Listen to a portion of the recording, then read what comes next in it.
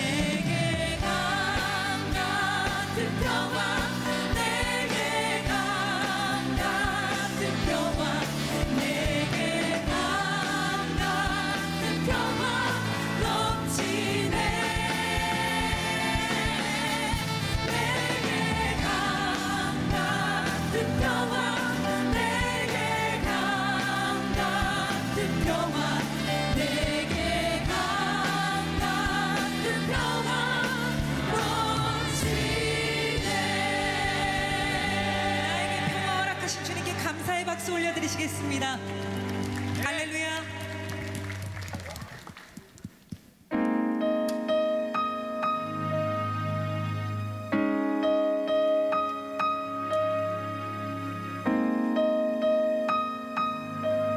내가 주님을 부릅니다. 여호와 우리 주여 주의 이름이 온 땅에 어찌 그리 아름다운지요 어찌 그리 아름다운지 여호와 우리 주여 여호와 우리 주여 주의 이름이 온 땅에 어찌 그리 아름다운지요 어찌 그리 아름다운지요 주의 손가락으로 지으신 주의 손가락으로 지으신 주님의 하늘과 주의 하늘과 주가 베풀어 주신 달과 별 내가 보니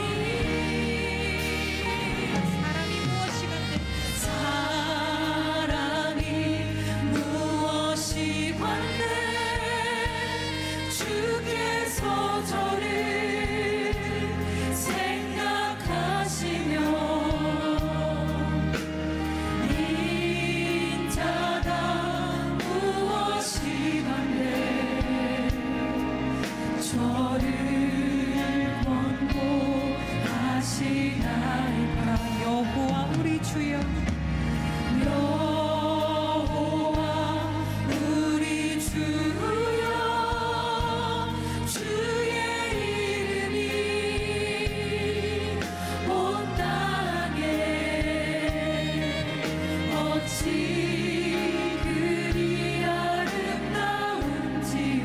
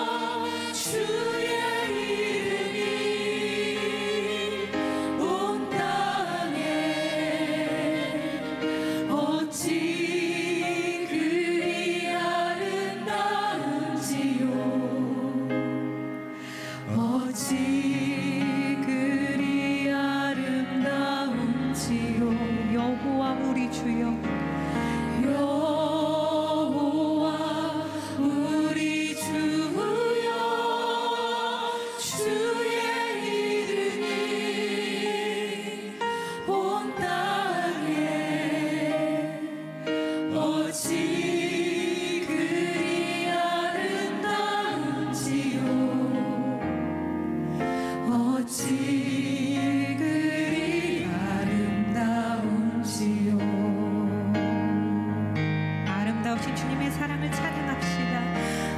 아름다우신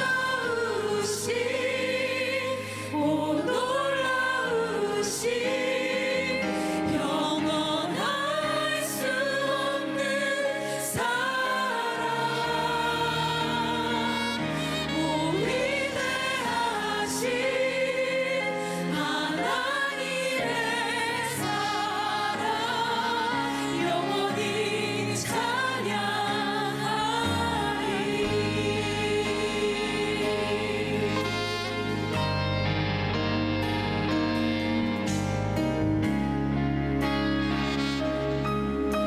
그 크신 십자가의 그 사랑을 찬양합시다. 십자가 그 사랑 찬양하리 날 구원하신 그 사랑 내 삶을 드려 찬양하겠습니다.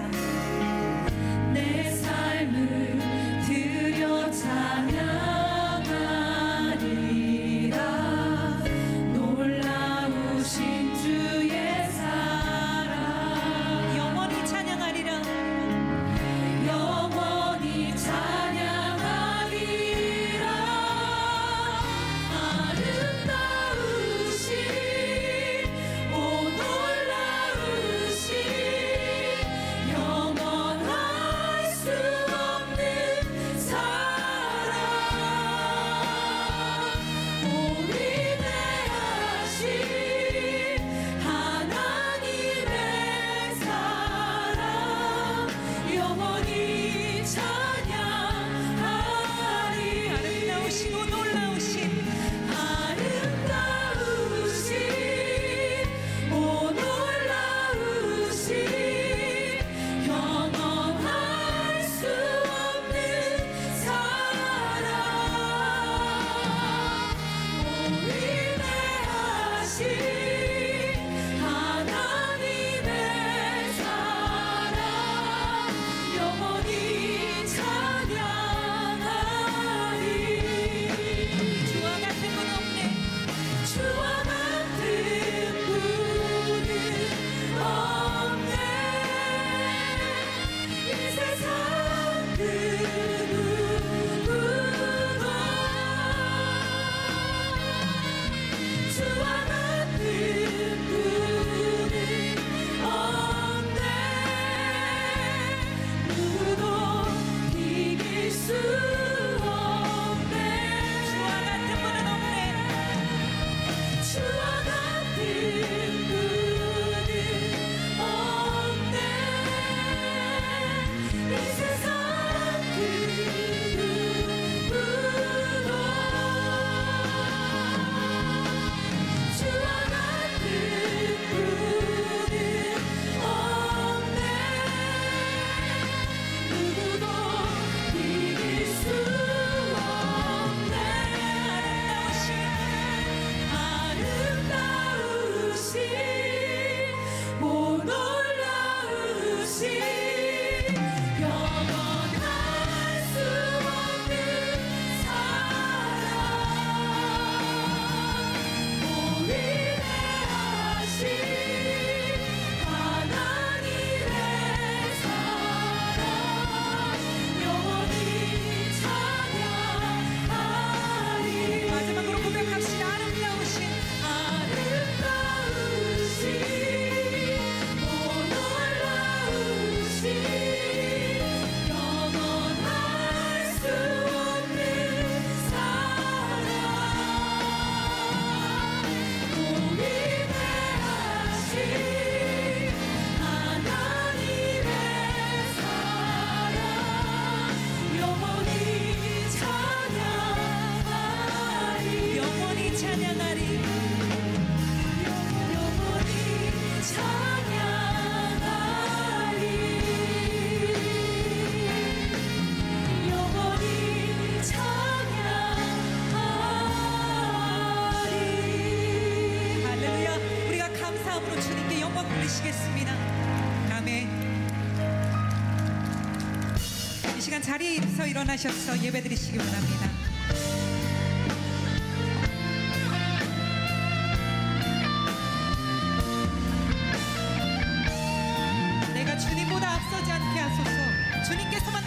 주시옵소서. 주님보다 앞서지 않고 겸손하게 주님의 말씀 기다리니 주님 손에 우리 드립니다. 사랑으로 인도하소서. 주님보다 주님보다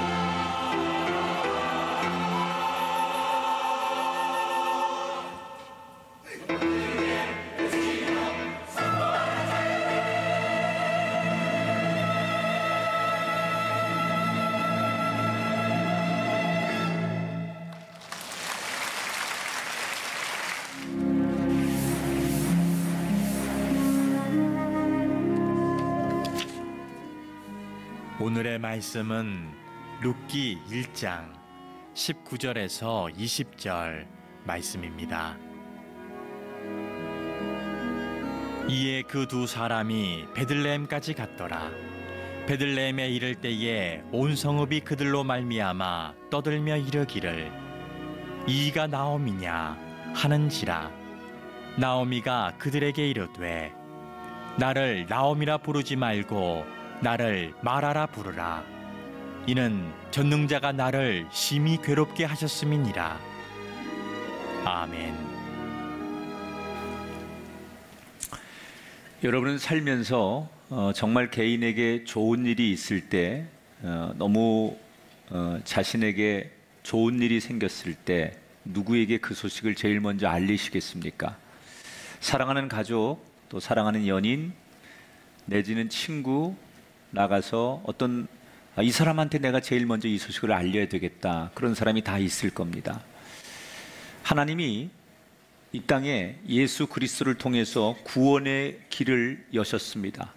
그리고 이 놀라운 사실을 특별히 누군가에게 먼저 알리고 싶은 대상이 있으셨습니다. 물론 하나님은 모든 영혼을 다 사랑하시고 구원하기를 원하십니다. 그러나 이 기쁨의 소식을 먼저 특별히 전하고 싶은 대상이 있습니다.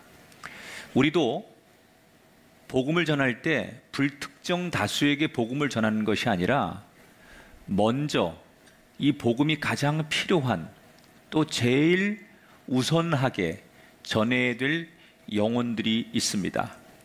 그가 누구일까? 하나님의 마음은 어디에 계시고 우리는 그 마음을 살펴보고 어떻게 복음을 전해야 할까? 오늘 성경에서 유일하게 주인공 가운데 이방인인 룻의 이야기를 통해서 정말 이 구원의 소식을 누구에게 제일 먼저 전하는 것이 맞는 건가?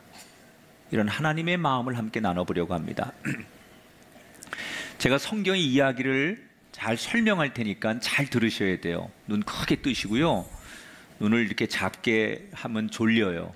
눈 좀 크게 뜨시고 좀 눈을 불아려도 되니까 저를 좀 째려보시고 저를 주목하십시오.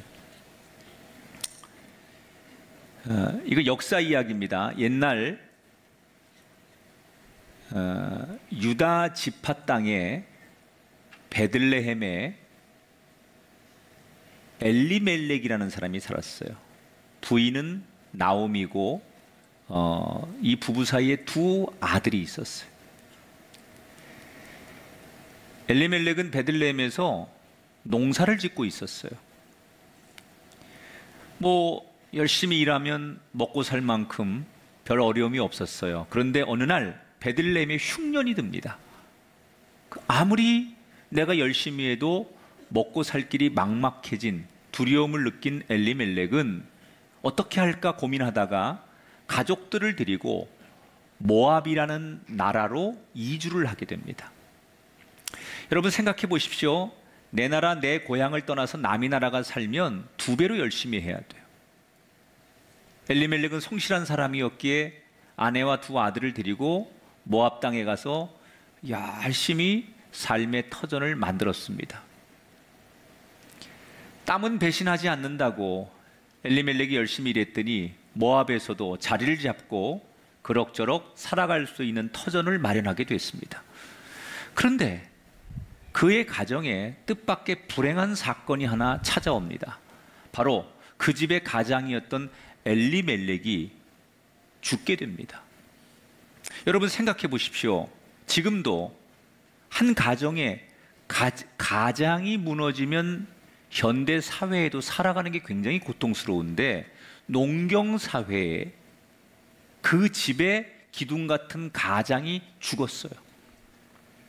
이건 정말 살아갈 길이 막막한 그런 사건이죠.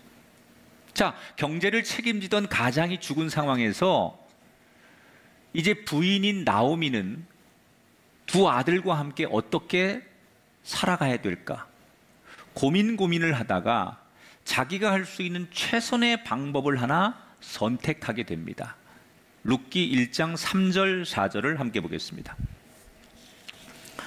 두 아들은 모압 여자 중에서 아내를 맞이하였는데, 자, 무슨 얘기예요? 이 모압에서 살아야 되니까 두 아들을 모압 여자하고 일찍 결혼을 시켰어요. 자, 남편을 잃고 살아가야 되는 이 부인은 왜 아들들을 좀 일찍 모압 여자들하고 결혼을 시켰을까? 의도하는 게 있었을 거예요. 첫째는 남편이 없으니 아들들이 빨리 결혼을 하고 가정을 가지면 책임감도 생기고, 그래서 경제적으로 안정된 삶을 살 수 있을 것이다 라는 기대. 두 번째, 이 모압은 지금 외국이에요. 이방 나라예요. 남의 나라 와서 살 때 이방인들로부터 여러 가지 불이익도 당하고 멸시도 받고 할 텐데, 모압 사람과 사돈 관계를 맺으면 적어도 자기들을 그래도 배척하거나 또 어려운 일이 있을 때 사돈들이, 그 지인들이 자신들을 지켜줄 수 있을 것이다. 기왕 모압 땅에서 살아야 한다면 안전장치가 필요했을 테니, 그래서 아들들을 빨리 결혼을 시키게 됩니다. 오르바 그리고 룻이라고 하는 두 며느리를 맞이하게 되죠. 얼마 지나지 않아서 나오미는 자기 생각이 옳다고 생각합니다. 왜? 아들들이 가정을 가지니까 성실했고 두 며느리도 착하고, 그래서 모압 땅에서 열심히 살아갈 수 있는 근거가 생겼습니다. 그러나 여기에는 결정적인 나오미의 자신이 내가 잘한 결정이라고 생각한 데 대해서 하나님의 생각이 그렇지 않았다는 거예요. 신명기 23장 3절에 가보면 율법이죠. 율법이 뭐라고 나와 있느냐? 모압 사람은 영원히 여호와의 총회에 들어오지 못한다, 이렇게 나와 있어요. 그러니까 율법에 아예 이스라엘 사람들은 모압 사람들하고 결혼해서는 안 된다, 이렇게 나와 있는 거예요. 이걸 나오미가 몰랐을까요? 왜 몰랐겠어요? 다 알지요. 다 알고 있음에도 불구하고 남편 죽고 이 외국에서 살아갈 수 있는 최선의 방법은 하나님 말씀 대신 현실적인 것을 선택해야 한다. 하나님 말씀은 그렇게 돼 있지만 말씀대로 살아가기에는 현실성이 없으니, 이 현실성에서 내가 살아갈 수 있는 방법은 모압의 며느리를 맞아서 그렇게 살아가는 게 맞는 거다. 하나님의 말씀이냐 현실이냐? 현실을 선택하는 거예요. 그리고 자신의 이 현실을 선택한 거에 대해서 후회하지 않고 열심히 살았더니 점점점 경제적으로 어려움 없이 살아갈 수 있는 삶이 찾아오게 됩니다. 자, 그렇게 아무 걱정 없이 잘 살아가던 이 나오미의 가정에 10년이 지난 다음에 너무나 충격적인 청천벽력 같은 일이 벌어지게 되는데, 나오미의 희망이었던, 남편이 없는 상황에서 자신의 희망이었던 두 아들이 어느 날 알 수 없는 이유로 차례 죽고 맙니다. 아직 대를 이은 손주들도 태어나지 않았어요. 여러분, 기가 막히지 않습니까? 정말 잘 살아보려고 열심히 산 죄밖에 없는데 어쩌다가 내가 이렇게 기구한 운명이 되었을까? 별의별 생각이 다 들겠죠. 나오미 입장에서 남편 죽고 이 모압에 온 지 10년 만에 두 아들도 다 죽어서 이제 세 과부만 남은 거예요. 별의별 생각이 다 드는데 이런 마음이 들었을 거예요.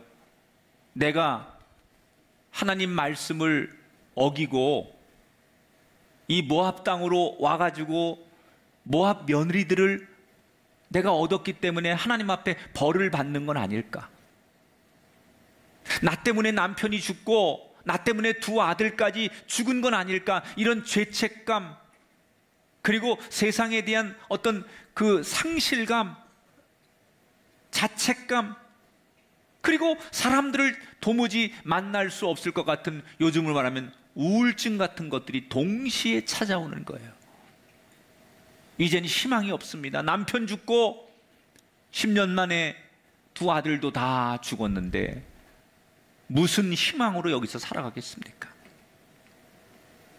그런데 나오미에게 어느 날 고향 베들레헴 소식이 들리는데, 자기가 떠나올 때는 굉장히 고향이 흉년으로 먹고 살기가 어려웠는데 최근에 그 고향 땅이 풍년이 들고 요즘으로 말하면 경제가 성장해가지고 아주 살기 좋은, 먹고 살기 좋은 그런 곳으로 변했다는 거예요.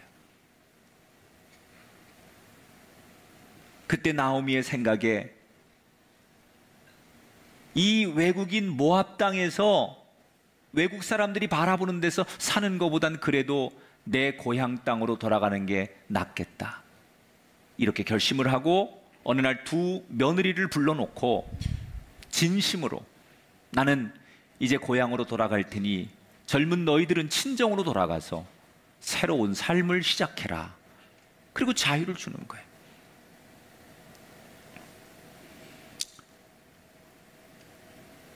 자, 진심으로 말한 걸 물론 며느리들이 처음에는 갈등도 하고 고민도 했을 거예요.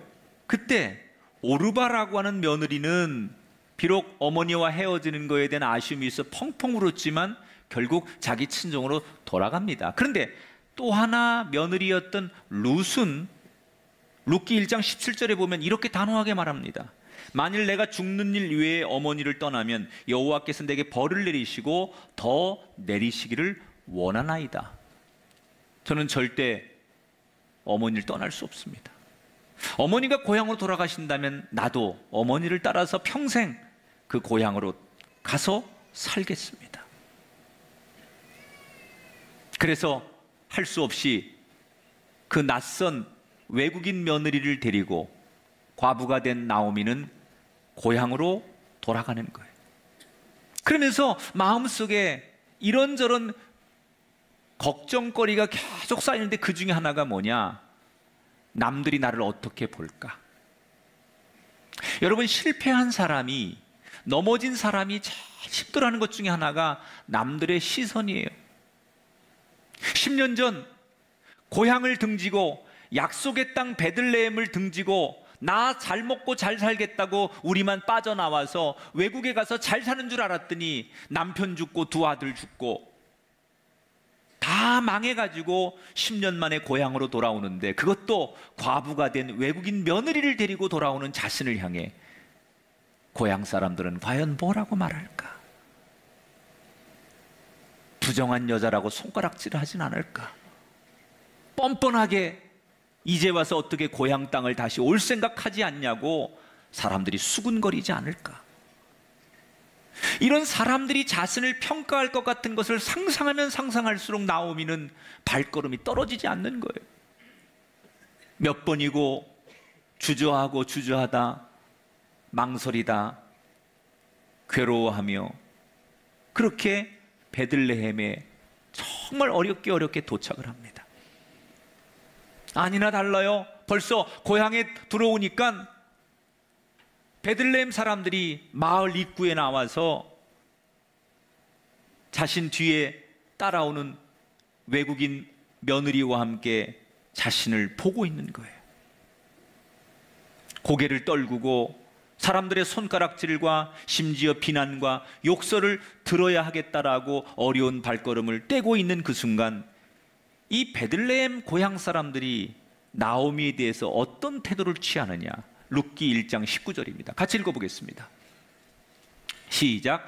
베들레헴에 이를 때 온 성읍이 그들로 말미암아 떠들며 이르기를 이가 나오미냐 하는지라. 따라합시다. 온 성읍이 떠들며. 떠들며라고 하는 이 말의 원문에 보면 히브리어에 이 말을 해석하면 미쳐 날뛴다, 원래 그런 뜻이에요. 사람들이 막 미쳐 날뛰었다는 거예요. 왜? 이건 어떨 때 미쳐 날뛰는 거냐면 기뻐서 뛸 때 이 표현을 쓰는 거예요. 그게 무슨 말이냐? 나오미가 10년 만에 돌아올 때 온 마을 사람들이 나타나서 너나 할 것 없이 나오미를 너무 기쁘게 환영해 줬다는 거예요. 나오미가 생각하는 것처럼 부정한 여자, 벌받은 여자, 고향 버리고 가더니 망해서 온 여자라고 수군거리고 손가락질을 할 줄 알았더니 마을 사람 모두가 나와서 왜 이제 왔냐고, 얼마나 고생이 많았냐고, 내 일처럼 아파하고 반가워해주며 사람들이 나오미를 끌어안고 낯선 외국 여자 며느리 룻을 끌어안고 같이 울며 부둥켜 안아주는 거예요. 그 뒤에 외국인 룻이 며느리라는 것도 다 알고 있기에 말없이 조용히 그 젊은 룻의 등을 도닥거려 줍니다. 그 누구도 그녀의 과거를 묻지 않습니다. 무슨 일이 있었는지 사람들은 다 알고 있기 때문에 굳이 나오미에게 남편 어디 갔냐, 왜 죽었냐, 무슨 일이 있었냐, 그의 과거를 시시콜콜 묻는 사람이 아무도 없었어요. 그냥 사람들은 나오미가 돌아오는 그 모습 그대로를 다 받아주고 말없이 나오미와 젊은 룻을 안아줬어요. 스스로 너무 염치가 없는 나오미가 동네 사람들에게 뭐라고 말하느냐? 나를 나오미라 부르지 말고 마라라고 불러주십시오. 나오미는 기쁨이라는 뜻이고 마라는 괴로움이라는 뜻이에요. 나를 기쁨이 아닌 괴로움의 존재로 내 이름을 그렇게 불러주십시오. 나는 나오미라는 이름을 들을 자격도 없는 여자입니다. 그렇게 울며 자신을 자책하는 나오미를 동네 사람들은 더 힘주어 안아주면서 아니야 나오미, 정말 잘 왔어, 정말 잘 왔어. 이때부터 나오미는 새로운 인생을 살게 돼요. 이때부터 나오미의 인생이 달라지게 돼요. 그동안 자신을 괴롭혔던 후회와 자책감, 그리고 땅바닥에 떨어진 자존감에서 조금씩 조금씩 그녀가 회복되고 그를 억누르던 그 어둠의 생각에서 이 나오미가 해방되기 시작해요. 여러분, 무엇이 나오미를 회복시킨 겁니까? 누가 처절한 기구한 운명의 이 여자를 다시 살도록 세워주는 겁니까? 물론 배후에서 하나님께서 그 동네 사람들의 마음을 어루만지셨겠지만 그 역할을 누가 합니까? 잘못된 과거를 비난하기보다는 오히려 그 잘못된 과거와 허물과 상처와 손가락질할 수 있는 그녀의 행위를 다 용납하고 묻어주고 덮어주고 안아주었던 그의 이웃들,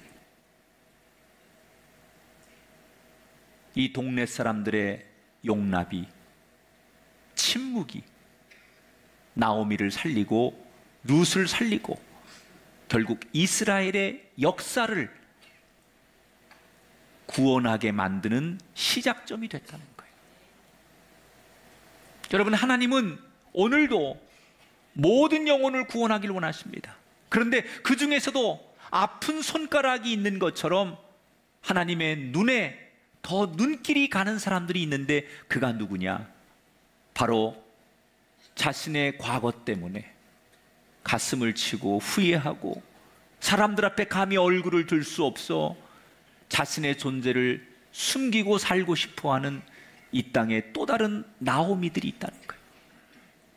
오늘도 자신의 과거에 얽매여서 맨정신으로는 잠을 이룰 수 없어 술을 의지하지 않고는 잠시도 눈을 떠 있을 수 없어 괴로워하는 그런 사람들, 눈물 없이는 이 하루를 견딜 수 없어 눈물로 오늘도 이 하루를 지내는 사람들.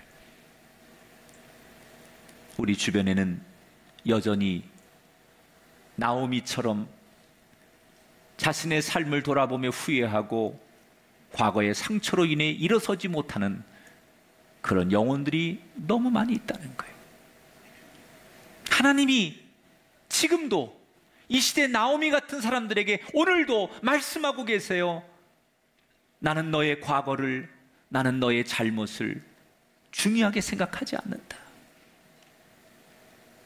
내게로, 베들레헴으로 돌아오거라. 내게로 오기만 하면 네 과거, 네 인생이 어떻든 간에 내게로 오려고 마음먹는 순간 나는 너를 안아줄 것이고 너의 인생을 새롭게 만들어줄 것이다. 이렇게 나오미는 이웃들 덕분에 과거를 청산하고 새로운 삶을 고향에서 다시 시작할 수 있게 됐어요. 10년의 이민 생활을 정리하고 고향에서 새롭게 시작한 나오미. 나오미는 그렇다 치고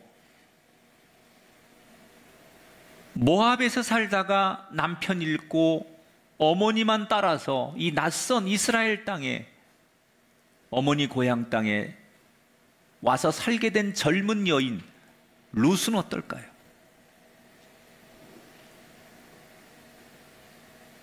베들레헴에 돌아온 다음 날 동이 트자마자 며느리 룻이 그릇 하나를 챙기더니 밖으로 나가요.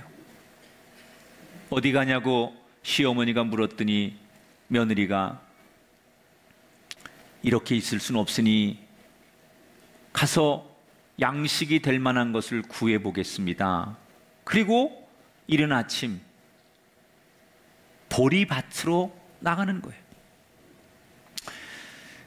다행인 것은 이때가 이스라엘이 보리를 추수하는 기간이에요.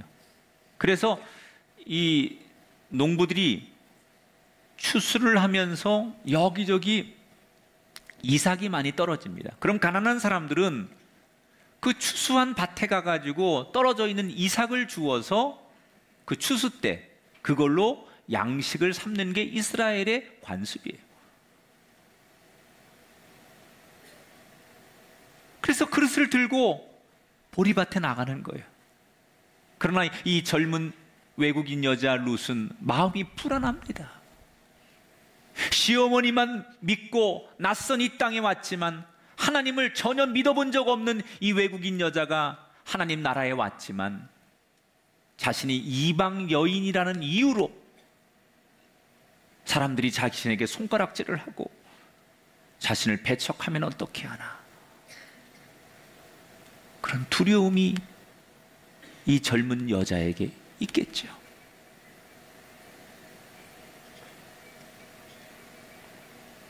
여러 가지 걱정을 가지고 나가요.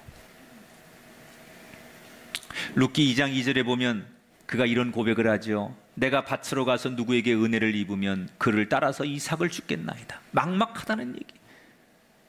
그래서 동네 여자들을 따라서 눈치껏 그들이 가는 보리밭에 가서 이삭을 주기 시작하는 거예요.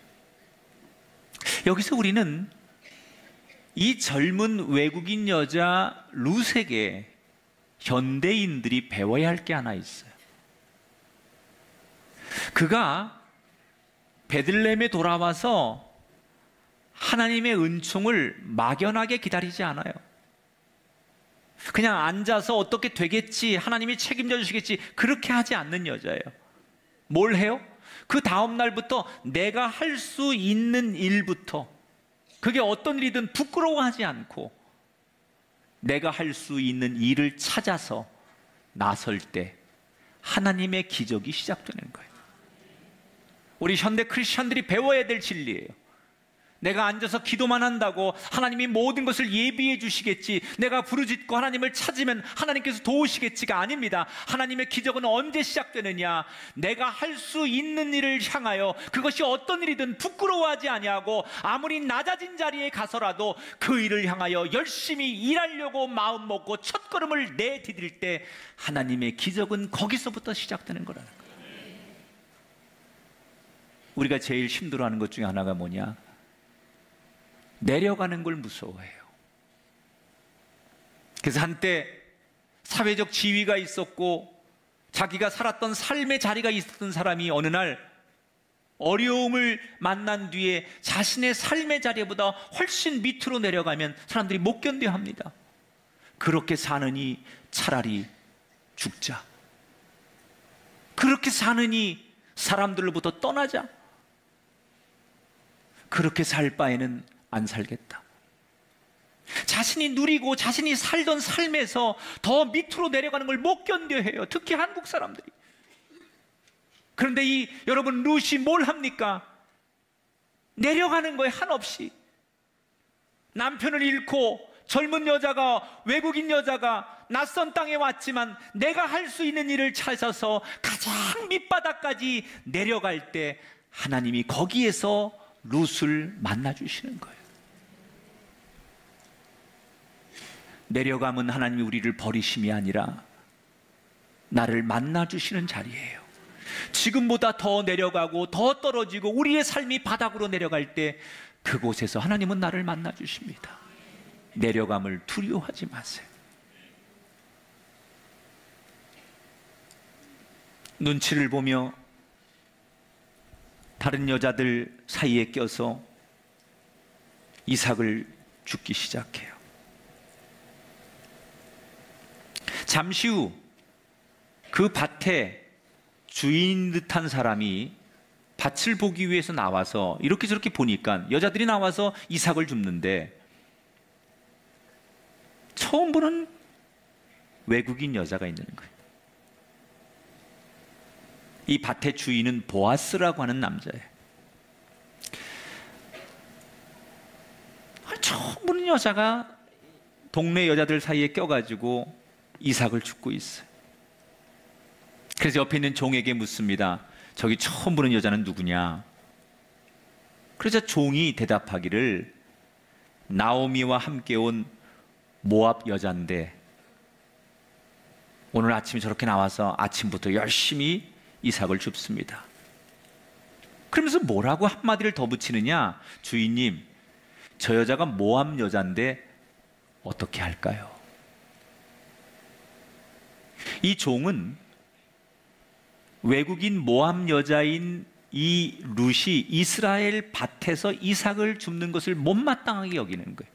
아까 말한 대로 율법에 모압 여자와 결혼하면 안 된다고 나와 있는데 이스라엘 사람들은 왜 모압 여자를 그렇게 싫어하느냐? 모압 사람들을 과거에 자기 조상들이 애굽에서 출애굽할 때 가나안 땅을 향해 가는 그 광야길에서 모압 사람들로부터 굉장한 어려움을 당합니다. 그래서 역사적으로 한이 있는 거예요. 모압 사람들한테. 그러니까 이 모압 사람들한테 대한 자기 조상들로부터 내려오는 그 미움과 한이 있으니까 은근히 자기 주인에게 저 모압 여자인데 그냥 둘까요? 어떻게 할까요? 이렇게 묻는 거예요. 그때 보아스가 어떻게 대답하느냐? 말없이 종에게 대답을 안 하고 룻에게 걸어가요. 그리고 그 낯선 이방 여자, 외국 여자 룻에게 보아스가 친절하게 고생 많으시네요. 다른 밭으로 가지 말고 우리 밭에서 이삭을 계속 주우세요. 혹시 필요한 게 있으면 말하면 내가 도와드릴 테니 물을 마시고 싶으면 물을 마시고, 사람들이 혹시 당신을 이방 여자라고 뭐라고 하거든 내가 허락했다고 말하고 어려운 일이 있으면 날 찾아와서 말씀하십시오. 그리고 뜻밖의 호의를 베푸는 거예요. 보아스는 왜 이렇게 이방 여자에게 호의를 베풀었을까요?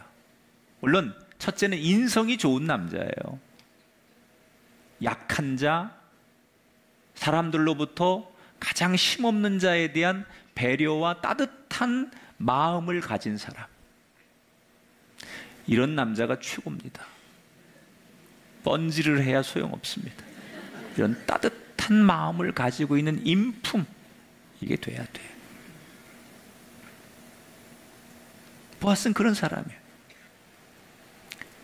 낯설고 불안했고 오갈 데 없는 이 룻이 어떻게 삶의 안정을 되찾게 되었을까요? 하나님을 전혀 모르던 이방 여자가 어떻게 하나님이 좋은 분이라는 걸 알았을까요? 더 나아가 버려진 이방 여자, 저주받은 이방 여자가 한 민족의 부흥을 일으키는 역사의 시작이 될 수 있었을까요?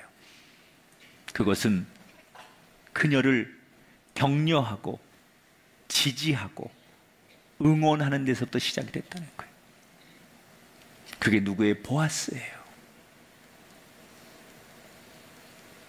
한 사람을 믿어주고 한 사람을 격려했더니 상상할 수 없는 역사를 바꾸는, 인류를 바꾸는 엄청난 결과가 만들어졌다는 거예요.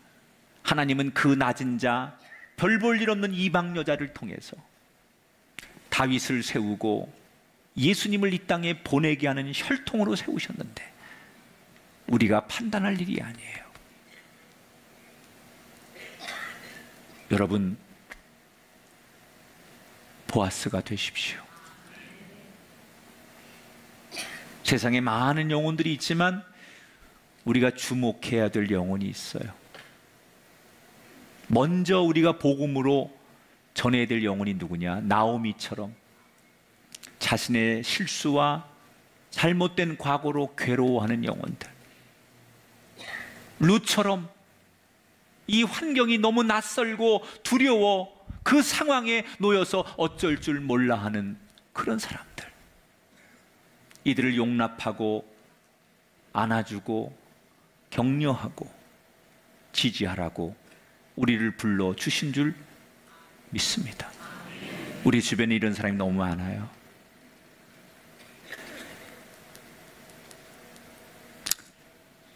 또 다른 나오미, 또 다른 룻, 그게 여러분 가족 안에도, 그게 여러분 동료들 가운데 너무 많아요. 외면하지 마시고 안아주시고 지지해 주시고 여러분을 통해 그가 하나님 앞에 돌아올 수 있는